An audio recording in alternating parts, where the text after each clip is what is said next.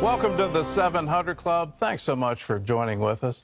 While all eyes are on the war in Ukraine, the United States could be just days away from signing a nuclear deal with Iran. One former State Department advisor has dared to break ranks to warn the world of imminent danger. Not only does the plan clear the way for a nuclear Iran, it also gives a free pass to some of the regime's most infamous villains. Chris Mitchell brings us the details.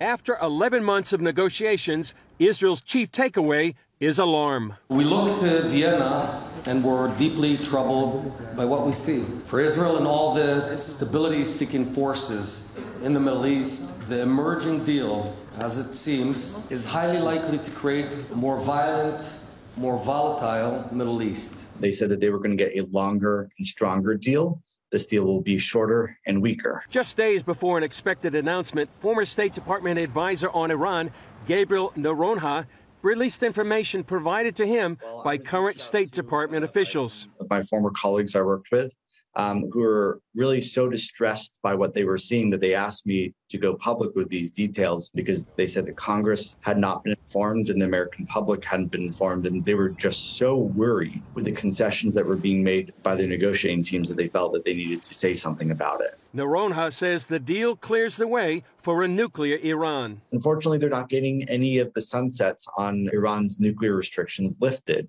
or extended. And so in only 9 years, Iran will have a clear path to a nuclear weapon. The American people need to know that this deal is illegal. It is dangerous to American national security. It's dangerous to the regional and global security in both the short term and in the long term. Russia, a key player in these negotiations, wants written guarantees from the U.S. that sanctions from its war on Ukraine will not stop its trade with Iran. Israeli Prime Minister Bennett met with Putin on Saturday in Moscow about the war in Ukraine, although it's expected they discussed the nuclear deal and Russia's ongoing support for Iran.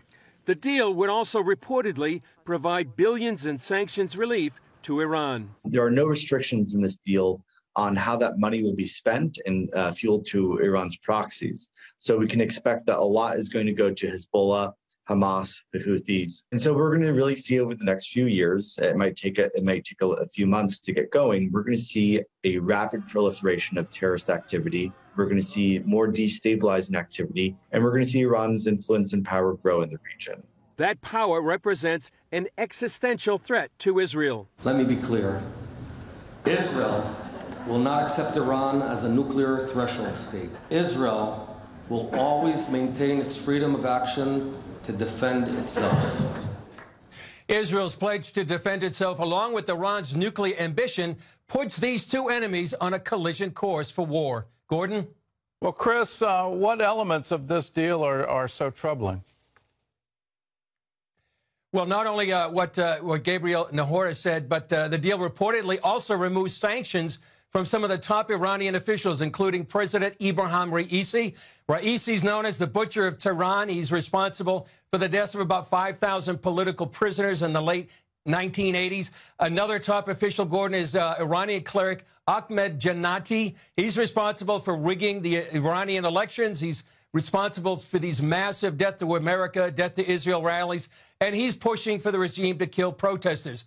And it also appears, Gordon, that Iran will be able to keep some of its enriched uranium and the advanced centrifuges that it's put online since 2018. So these are additional reasons why Israel is so concerned about these deals and why many in Congress are as well. Well, tell us about the reaction. What's the reaction in Congress?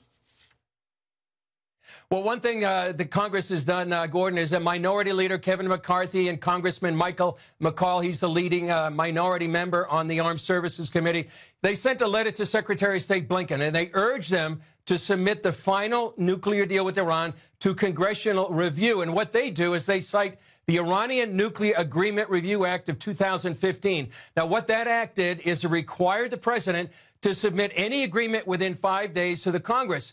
Now, McCarthy and McCaul and other senators and congressmen, they're alarmed that the administration may avoid this requirement by saying that the new agreement is just a continuation of the original 2015 agreement. And they say if the administration bypasses Congress, it'll be a violation of U.S. law. And also some senators like Jim Inhofe, Bill Hagerty from Tennessee, they're saying they'll do whatever they can to stop what they say is a very bad deal. And finally, we interviewed Senator Lindsey Graham here in Jerusalem just a few weeks ago, where he warned that Iran, it wants to destroy Israel, and it must not be allowed to get a nuclear weapon. Well, we're hearing out of both Russia and China on this deal. What role did they play? Well, a pretty big role, according to Mikhail Orlanov. He's Russia's top negotiator. And just a few days ago, he was talking to reporters, and he bragged that China and Russia, they relied on each other during the negotiations. And he says that their joint efforts succeeded. He also said that the Iranian negotiators, they acted like lions, and that Iran got actually more than they expected. Now, some look and some put the blame on the U.S. chief negotiator. His name is Rob Malley for those concessions. Now, Malley's on record as saying that it's a mistake to see Hezbollah and Hamas simply as terrorists, but they're social political movements. So it's his view of these groups and Iran that's making these concessions to Iran, and why in our report, Nahorna and these congressmen and senators, and why some of these negotiators resigned in protest, and why some others are leaking this information to make it public. Well, I'm sorry, that's just idiotic. That's right up there with members of the Obama administration saying the Muslim Brotherhood was some kind of social organization. It just makes no sense. Is anybody paying attention to what's happening in Ukraine, that the West is absolutely limited in what it can do to help the Ukrainian war effort, and it's because Russia has nuclear weapons, and Putin's put that on the table? If Iran gets nuclear weapons, that is unbelievably destabilizing for the whole Middle East. It just doesn't make any sense to me. Is anybody looking at the military aspect of this? Well, certainly here in Israel they are, and they're very, very concerned that what's happening while the world is being distracted by what's going on in Ukraine and Russia. Admittedly, they need to be concerned about that. But they're on this sideshow here in Vienna and what's going to happen and the concessions that they see the U.S. making. They're concerned that it really does pave the pathway to Iran to get a nuclear bomb. And as you say, that would be incredibly destabilizing, not only for the region, but for the world as well. On the other hand, to your point about trying to get weapons, we know that Zelensky is trying to get, the Ukrainian president is trying to get a no-fly zone, and there's a debate about that right now between many of the NATO countries. They're also perhaps bringing, MiGs from Poland to the fight there in Ukraine. But I think it's very, very difficult. And Gordon, I'll just add this. We were down at Ben Gurion Airport, and we saw about 160 Ukrainian Jews immigrating now because of the horrific war up there. And it's just gut-wrenching to hear their stories about what's happening there in Ukraine and how they've been separated for their families. All right. Well, Chris, thanks for the report. Once again, be in prayer for the peace of Jerusalem. That's a commandment in the Bible, and we need to always seek peace for Israel and for Jerusalem. In other news, Russia is now recruiting Syrian fighters for its war in Ukraine. Ephraim Graham has that story from the CBN newsroom. Ephraim? Gordon, the Wall Street Journal reports Russia wants Syrians for their experience in urban combat gained during their brutal 11-year civil war. Meanwhile, Russia continues to target residential areas with shells and rockets, violating ceasefire agreements intended to give citizens in besieged cities a chance to escape. In a Zoom meeting with the U.S. Senate, Ukrainian President Zelensky called for more military assistance. The U.S. has reportedly given Poland the green light to send Ukraine MiG fighter jets. Meanwhile, more than 1.5 million refugees have fled the country, with at least 1 million going to Poland. Residents in Lviv, Ukraine, are on a war footing as they anticipate the war spreading to the west. Over the weekend, they removed this statue of Jesus from the city's Armenian cathedral for the first time since World War II. As George Thomas shows us in this report, it's just one part of the preparations people are making to protect their city.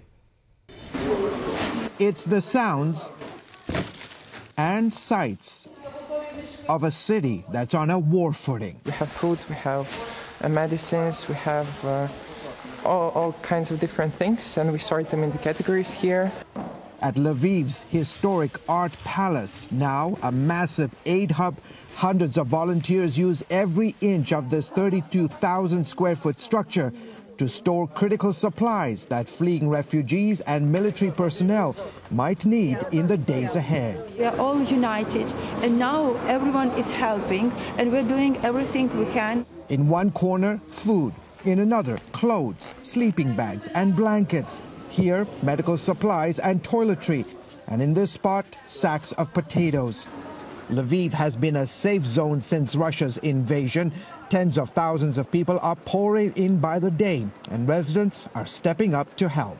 And now the most awful thing is that we are getting accustomed to them, to all this situation. First days, all these first waves of shock, it's like settling down, and now this is the reality, and this is just the job we must do. Yet there's a sense of urgency here. You feel it.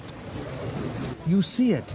On the streets, Ukraine's National Guard is out in force. At sensitive locations like police stations, hospitals and government buildings, security has been beefed up. If the Russians were to move on Lviv, one of their first targets is going to be City Hall, right here in the heart of Lviv.